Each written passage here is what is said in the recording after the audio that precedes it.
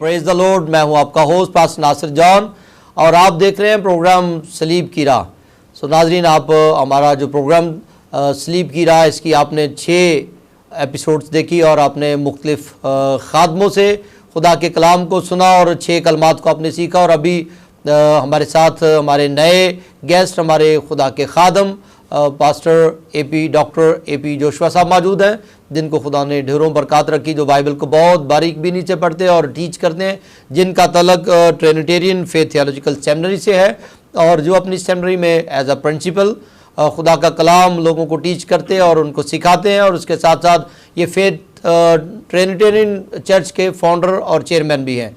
सो आज हम इनके साथ मिलकर खुदा के कलाम में से जो आखिरी कलमा है, 7वां कलमा है, उसके ऊपर हम गौर खौज करेंगे और सीखेंगे इनसे कि आखिरी कलमा जो खुदा मसीह ने सलीब पर कहा, उसके क्या मानी है और उसके पीछे क्या कौन सी गहराइयाँ थी जो खुदा मसीह ने ये बात कही कि आए बाप मैं अपनी रूह तेरे हाथ में सौंपता हूँ।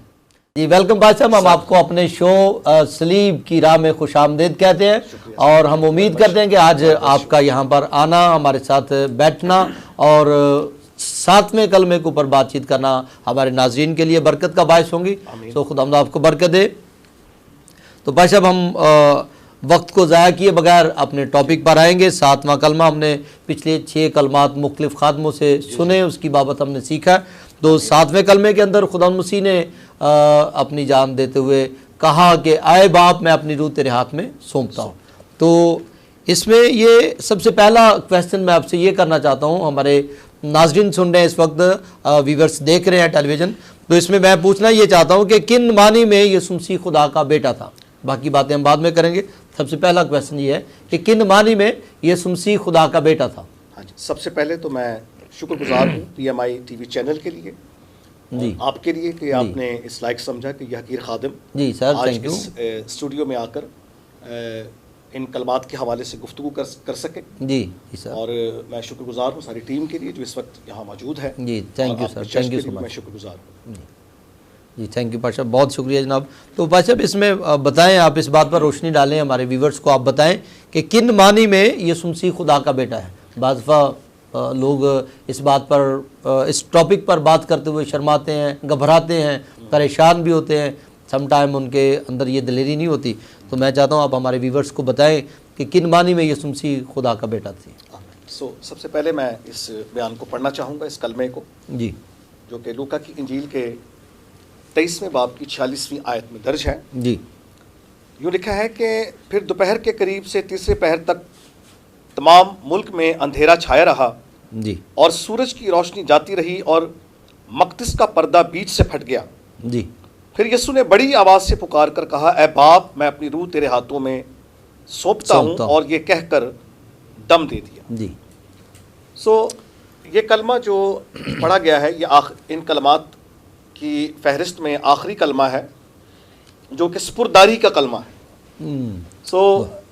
मुसन्निफीन ने इन 7 कलमात को 2 हिस्सों में तकसीम किया है, जिसमें पहले 3 कलमात जो हैं खुदावंद यीशु मसीह के जो 3 कलमात हैं वो दूसरों के लिए थे जी, और जो चौथे से 7वें कलमे तक जो बात है वो उनकी अपनी ज़ाते अक़दस के लिए थे जी, राइट। इसमें जो हमारे पास जो माखज़ है इन 7 कलमात का, वो अनाजील अरबा है, जिसमें मत्ती, मरकस, लूका और यूहन्ना ने उन कलमात को जो मसीह ने ख़ास तौर पर सलीब पर फरमाए उनको दर्ज किया जी। और कलीसिया की रवायत के मुताबिक आज हम उन 7 कलमात को सीखते हैं, उनको बयान करते हैं, क्योंकि खुदावंद यीशु मसीह की सलीबी मौत जो है वो इस मिशन में एक ख़ास मकाम रखती है। और मसीह का दुख की हालत में, उस जांकनी की हालत में, उस कर्बनाक हालत में जो कलमात उन्होंने बयान किए सलीब पर, उन पर गौर करना जो है कलीसिया के लिए ये ज़रूरी है, और हम इसी सबब से यहाँ इकट्ठे हैं जी। यहाँ पर जो हम पढ़ रहे हैं कि फिर यीशु ने बड़ी आवाज़ से पुकार कर कहा, ऐ बाप, ऐ बाप। बड़ी आवाज़ के लिए जो ग्रीक वर्ड्स हैं यहाँ पर वो फोने मेगाले हैं जी। फोने मेगाले का मतलब है फुल वॉल्यूम से, यानी पूरी ताकत से, पूरी पूरी एनर्जी के साथ खुदावंद यीशु मसीह ने पूरी जान के साथ ये कलमा जो है ये बयान किया, अदा किया।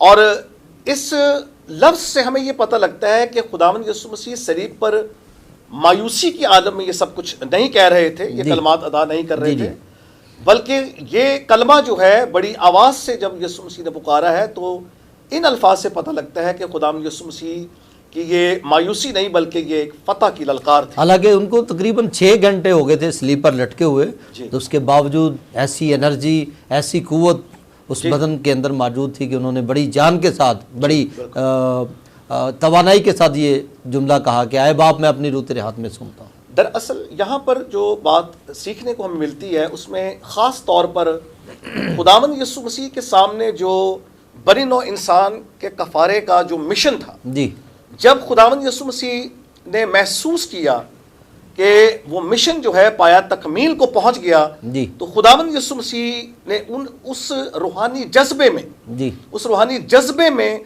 पूरी आवाज के साथ, फुल वॉल्यूम के साथ जी, ये कहा कि ऐ बाप मैं अपनी रूह तेरे हाथों में सौंपता हूं। और यहां से मालूम होता है कि खुदावंद यीशु मसीह उस वक्त कर्ब और कमजोरी की हालत में होते हुए भी रूहानी एतबार से वो अपनी कुव्वत और कुदरत में कायम रहे। जी सर, मेरा सवाल ये है कि किन मानवी में यीशु मसीह खुदा का बेटा था?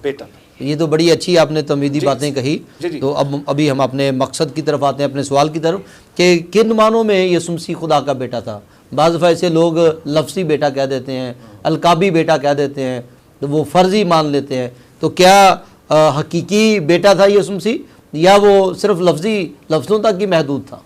दरअसल यहाँ पर जो मसीह यीशु ने खुदा को जो मुखातिब किया है तो यहाँ पर लफ्ज़ बाप इस्तेमाल किया है। बाप जी। इन 7 कलमात में जो 2 लफ्ज़ खुदा के नामों में से जो 2 नाम इस्तेमाल किए गए हैं उनमें खुदावंद यीशु मसीह ने खुदा का लफ्ज़ इस्तेमाल किया और फिर बाप का लफ्ज़ इस्तेमाल किया। जी जी बाप। खुदावंद यीशु मसीह अपनी ज़ात में मुतजस्सिद कलाम थे जी, यानी हम ये सीखते हैं कलाम मुकद्दस में कि कलाम मुजस्सम हुआ, फजल और सच्चाई से मामूर होकर हमारे दरमियान में रहा। जी बिल्कुल। सो यहाँ पर जो एक बात हमें नजर आती है, दोनों कलमात में खुदा और बाप का जो लफ्ज़ इस्तेमाल होते हुए हम देखते हैं, उसके पीछे खुदावंद यीशु मसीह की ज़ात हमें नजर आती है, जिसमें खुदावंद यीशु मसीह अपनी ज़ात में न सिर्फ खुदा बल्कि हमारे ईमान और किताब मुकद्दस की तालीम के मुताबिक कामिल इंसान भी थे, कामिल खुदा भी थे। जी जी बिल्कुल, इसमें और कामिल इंसान भी राइट। सो कामिल खुदा होते हुए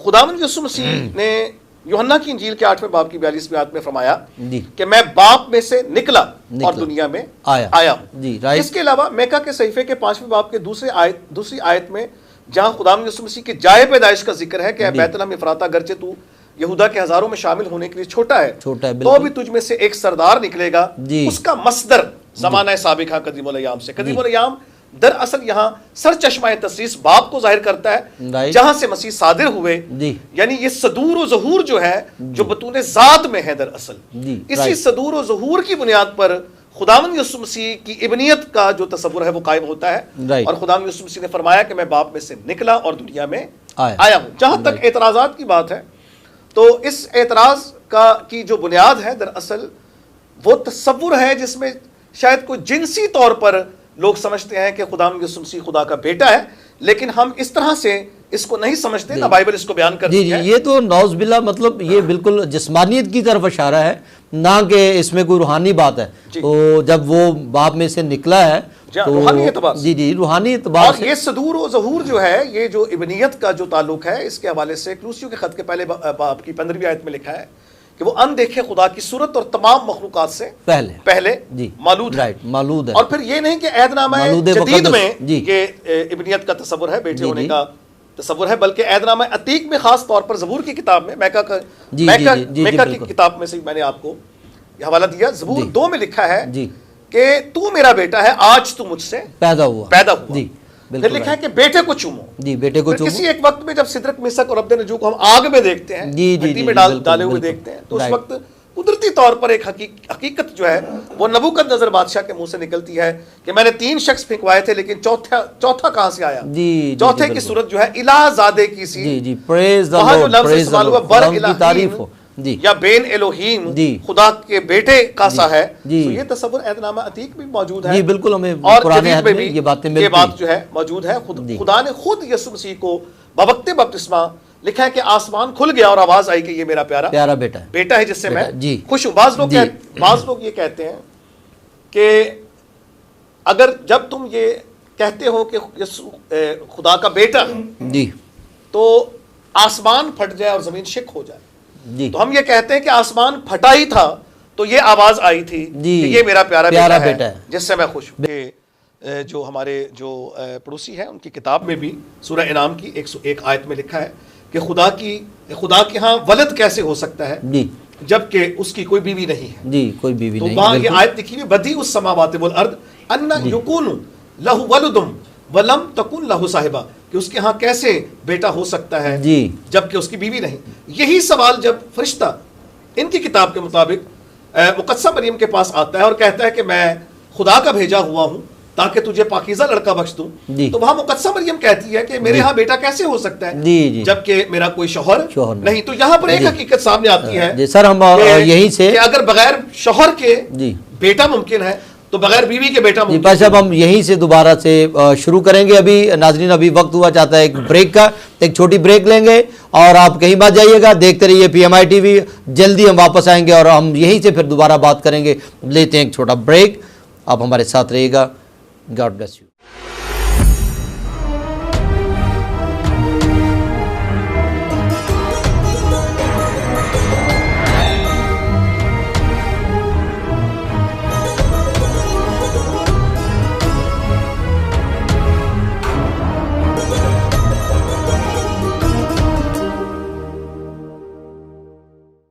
जी वेलकम बैक नाजरीन, आप देख रहे हैं प्रोग्राम सलीब की राह और मैं हूं आपका होस्ट पास्टर नासिर जॉन। और हम बात कर रहे थे बेटे की कि बेटा हकीकी मानों में वो बेटा है या लफ्ज़ी बेटा है।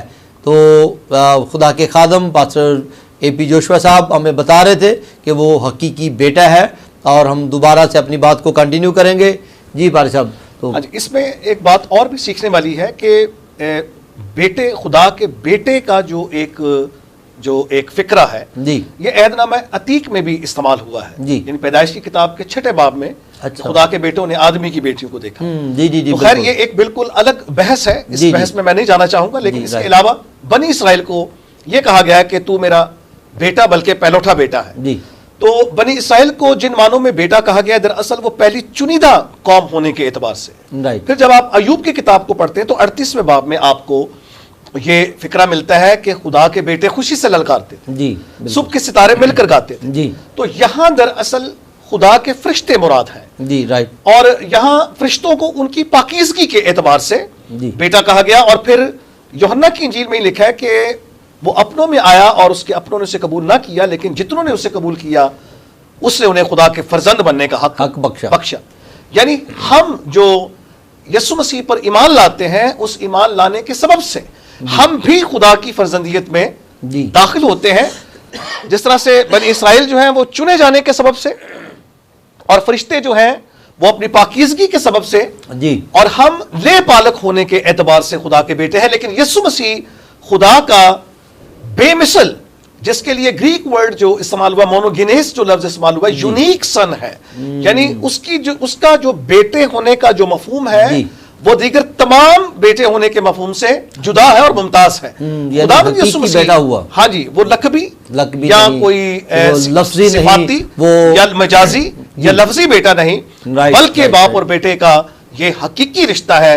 और इसमें हकीकी जिस्मानी नहीं है बल्कि वो हकीकी रूहानी बेटा है जी। Praise the Lord. नाज़रीन आपने देखा कि यीशु मसीह जो हैं वो खुदा के हकीकी बेटे हैं और खुदा में से निकला। और वहाँ पर यीशु मसीह के लिए ये लफ्ज़ इस्तेमाल हुआ कि वो बाप में से निकला और कलाम मुजस्सम हुआ। तो बेशक इसमें कोई शक नहीं कि यीशु मसीह हकीकी बेटा है, ना वो फ़र्जी है, ना वो आर्जी है, ना वो लफ्ज़ी है, बल्कि हकीकी बेटा है। अभी एक और सवाल पाल साहब आपसे है कि यीशु मसीह कहते हैं कि मैं अपनी रूह बाप तेरे हाथ में सौंपता हूँ, तो हाथों से क्या मुराद है?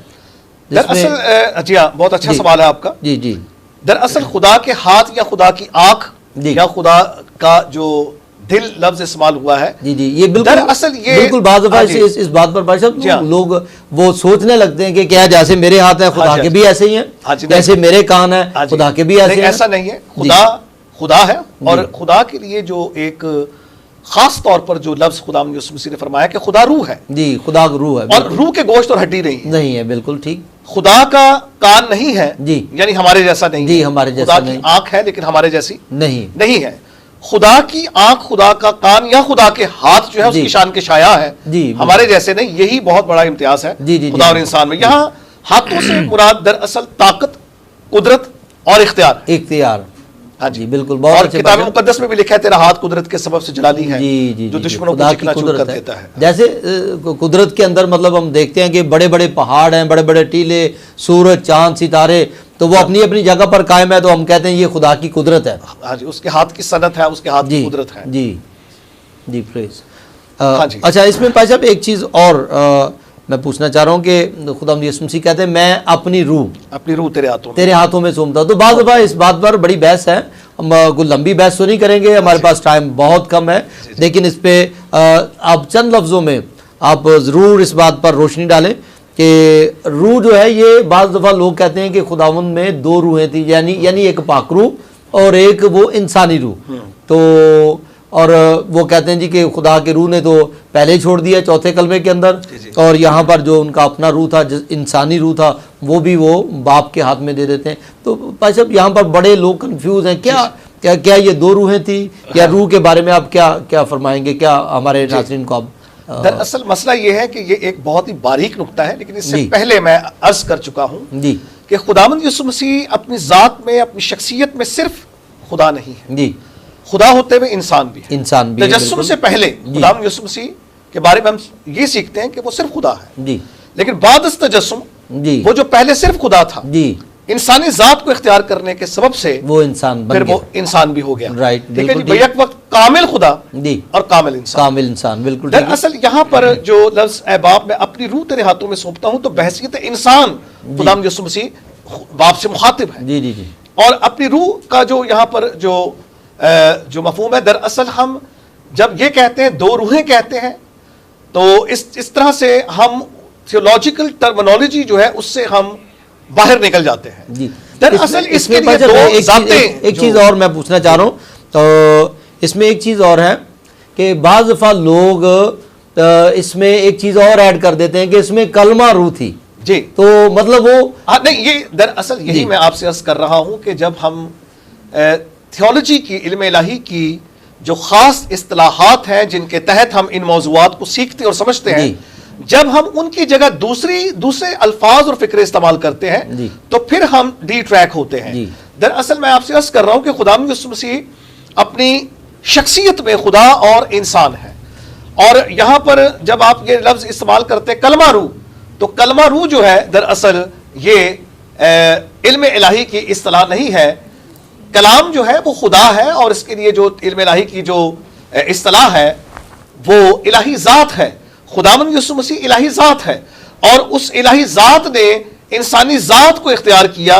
इंसानी ज़ात में सिर्फ बदन या जिस्म की बात नहीं है, इंसानी ज़ात में जब हम सीखते हैं तो इंसानी ज़ात की तारीफ ये है फ़ानी बदन जान और गैर फ़ानी रूह, यानी जहां खुदावंद यीशु मसीह कामिल खुदा है वहां वो कामिल इंसान भी है। और अब चूंकि वो वक्त आन पहुंचा है कि जब खुदावंद यीशु मसीह अपनी हकीकी और हतमी जंग की तरफ रवाना हो, तो यहां वो अपने आप को बहैसियत इंसान पेश कर रहे हैं, क्योंकि जंग जो है वो शैतान की और खुदा की नहीं है। दर हकीकत ये जंग शैतान की और इंसान की है, और खुदावंद यीशु मसीह जहां खुदा है वहां इंसान भी है, और ये किताब मुकद्दस की सच्चाइयां हैं। और बहैसियत इंसान इस वक्त जो है वो अपनी रूह जो है, अपनी इंसानी ज़ात को खुदा की कुदरत, कुव्वत और इख्तियार के सुपुर्द कर रहे हैं, क्योंकि लिखा है पतरस के खत में लिखा हुआ है, वो अगली बात है कि वो जिस्म के एतबार से मारा गया लेकिन रूह के एतबार से जिंदा किया गया जी। जिस्म के एतबार से मारा गया, रूह के एतबार से जिंदा किया गया। पतरस के खत में ये बात जो है वो लिखी हुई है। लिखा इसी में जाकर उसने कैदी रूहों में मुनादी की जी, यानी यहां पर वाज़े तौर पर जो है वो मसीह की जो मौत है उसका जो इलाका है वो इंसानी जात के साथ जोड़ा जा रहा है जिस्म के एतबार से, यानी बहैसियत इंसान खुदावंद यीशु मसीह जो है वो इस वक्त मौत के मुंह में या मौत के आलम में या आलम अरवा में जाने को है। जब खुदावंद यीशु मसीह ने ये कहा कि ऐ बाप मैं अपनी रूह तेरे हाथों में सौंपता हूं, तो पतरस के खत में जो लिखा हवाला है वो हमारी मदद करता है कि बाद इस मौत खुदावंद यीशु मसीह कहां गए। तो हमारा अकीदा भी और बाइबल मुकद्दस की तालीम है कि वो आलम अरवा में उतर गए। भाई साहब, अभी आपकी बातें बहुत मजेदार, बड़ी अच्छी जबरदस्त बातें थी, और अब एक छोटा सा ब्रेक लेंगे, उसके बाद हम जल्दी वापस आकर फिर इसी बात से हम शुरू करेंगे। नाजरीन, एक छोटा सा ब्रेक लेते हैं, साथ रहिएगा, कहीं मत जाइएगा, देखते रहिए PMI TV।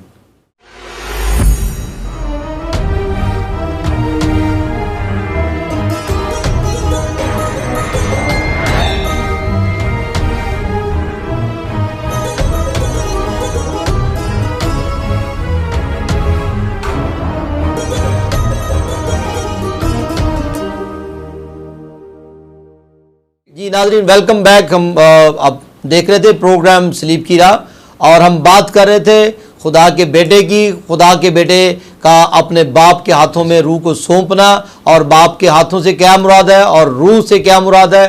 सो अभी हम बात करेंगे खुदा के खादम से, डॉक्टर AP जोशुआ साहब से, कि सर इसमें हम बताइएगा कि ये जो बाप के हाथ में बेटे ने रूह सौंप दी, और सौंपने के बाद वो कहाँ गए खुद? जी, ये बड़ा अच्छा एक क्वेश्चन है। इसी के तसलसल में ये मैं कहना चाहूंगा कि ये जो कलमा है, ऐ बाप मैं अपनी रूह तेरे हाथों में सौंपता हूं जी। सो ये जो कलमा है दरअसल ये इसकी जो बुनियाद है, यहूदी लोग सफर से पहले, सोने से पहले जी जी, और खुदावंद यीशु मसीह जी इस वक्त एक अजीम और हतमी जंग की तरफ जा रहे हैं जी, बिल्कुल, जो जंग आलम अरवाह की जंग है जी। लिखा है कि वो जिस्म के एतबार से मारा गया, यानी बहैसियत इंसान जी, बिल्कुल, मारा गया, और इसी में जाकर रूह के एतबार से जिंदा किया गया। इसी में उसने जाकर कैदी रूहों में मुनादी की, आलम अरवा में उसने जाकर मुनादी की जी। और हम ये सीखते हैं कि आलम अरवा में उतर गया। अकीदे में भी हम पढ़ते हैं कि वो आलम अरवा में उतर गया जी, बिल्कुल।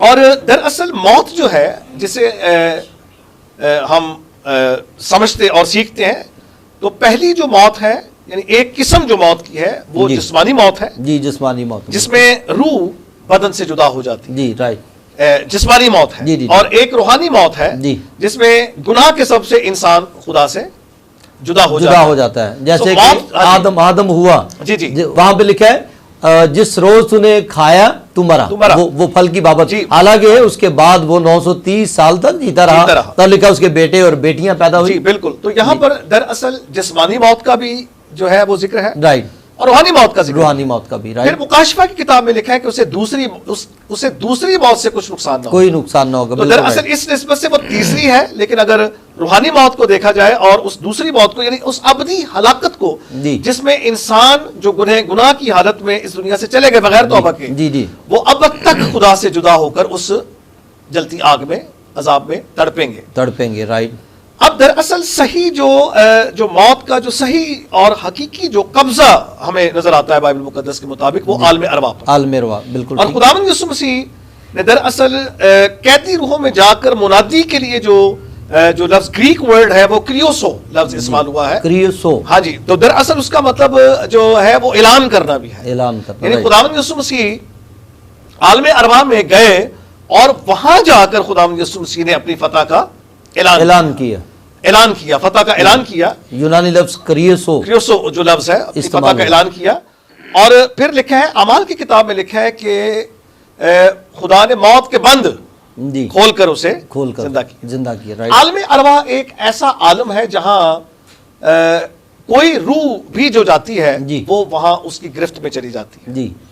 लेकिन रूहानी इंतजाम, इलाही इंतजाम हमें यह नजर आता है कि खुदावंद यीशु मसीह ने दरअसल आलम अरवा के बंधनों को तोड़ा है, और दरअसल यही तो मतलब इसे हम यूं कह सकते हैं, कब्जे को तोड़ना, हम इसे यूं कह सकते हैं कि आलम अरवा जो है ये एक किस्म की कैद है। वहां पर मतलब जो भी रूह दुनिया फानी से कूच करती है, जाती है, जो शख्स मर जाता है यहाँ पर, तो उसकी रूह आलम अरवा में जाती है और वहां पर जाकर कैद होती है। और जब यीशु मसीह भी उस आलम में गए, तो जाहिर सी बात है कि आलम अरवा की कुव्वतों और कुदरतों ने मसीह पर भी जोर आजमाई की, लेकिन चूंकि खुदावंद यीशु मसीह पाकीज़गी की रूह में थे, पाकीज़गी की हालत में थे, रास्तबाजी। एक छोटी सी चीज इसमें आप हमारे नाजरीन को ये बताते चले जाएं कि आलम अरवा जो है ये मतलब वो फिरदौस और अजाब का जो हिस्सा है ये दोनों एक ही है या ये दोनों अलग अलग हैं?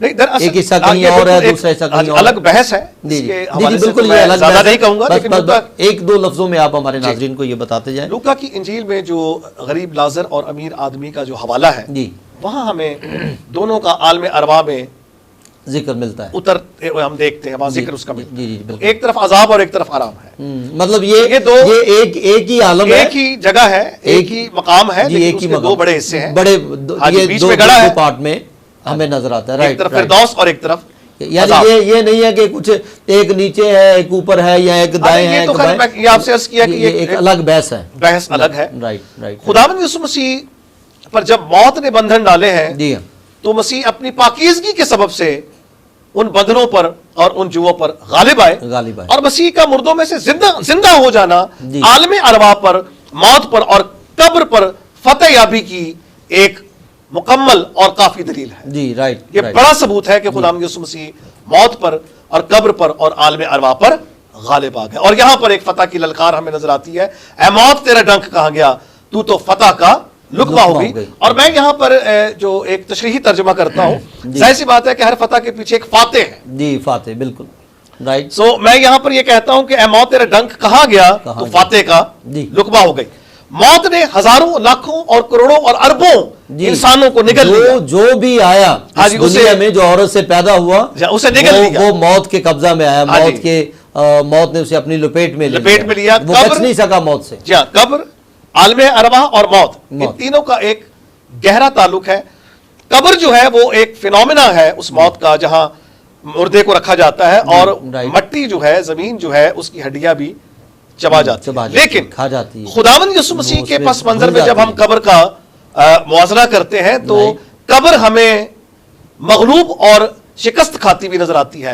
और आज भी उस कब्र का मुंह खुला हुआ है, क्योंकि खुदावंद यीशु मसीह नहीं बल्कि मुर्दों में से जी उठे, कब्र से बाहर आ गए और फतह, मौत पर फतह को उन्होंने हासिल किया, मौत पर फतह हासिल की।